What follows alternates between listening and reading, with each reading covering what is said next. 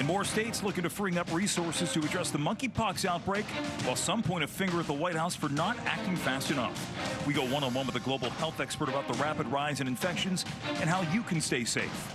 Your news starts right now.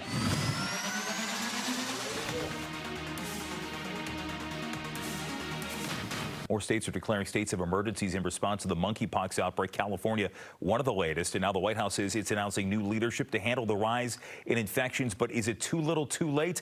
Let's break it down with global health expert Dr. Yalda Safai, who's live with us here on Fox 5 tonight. Let's get right to it. How much of a threat is monkeypox right now, doctor? Okay, so I think we're all a little bit burnt about what happened 2.5 years ago, so everybody's on alert. But you got to understand that monkeypox is not COVID. We're dealing with a completely different type of virus. Monkeypox is not as easily transmissible as COVID. Yes, we're seeing about 6,000 cases in the U.S. right now, with most of them populated in New York, California, and Illinois, which makes sense because they're more populated dense cities. But on a national level, we still haven't declared a national emergency. And on a national level, it's not cause for concern at this point. As we look at the news coming out, and we know there are a lot of people that believe that there is only a certain subset of Americans, namely gay men who are largely susceptible to this.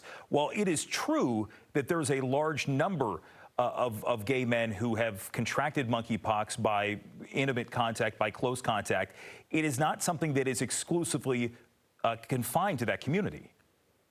Of course not. Monkeypox is spread through skin-to-skin contact, bodily fluids, respiratory secretions, as long as you're close to the person, and fomites, which is contaminated towels, contaminated beddings from somebody who had monkeypox. This is not a sexually transmitted infection. However, because it spreads by bodily fluids, it can easily be transmitted through sex. I think that's what people are not realizing right now, but it's really important to emphasize this is not a sexually transmitted disease, and it's not only in the gay community. We know that there have been efforts to vaccinate people against monkeypox across the country, including here in D.C. And because there seems to be a shortage, or at least not enough of this vaccine to go around, they've decided, at least here when it comes to Jynneos, to restrict people to the first dose for the time being rather than do a second dose right now. What's your take on how people have prepared for this?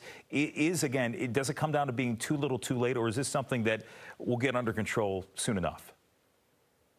And because it's not easily transmitted like COVID, it should be able to get under control soon enough, but we have to act fast. There's already 6,000 cases, and the first case was in the U.S. in about May. So are we too late at this point? Maybe, and we still haven't declared it a national emergency. But like I said, it's not as transmissible as COVID, but we need to take precautions at this point to avoid another public health crisis. No doubt about that. Dr. Yalda Safai, always appreciate the insight. Thanks for joining us. Thank you.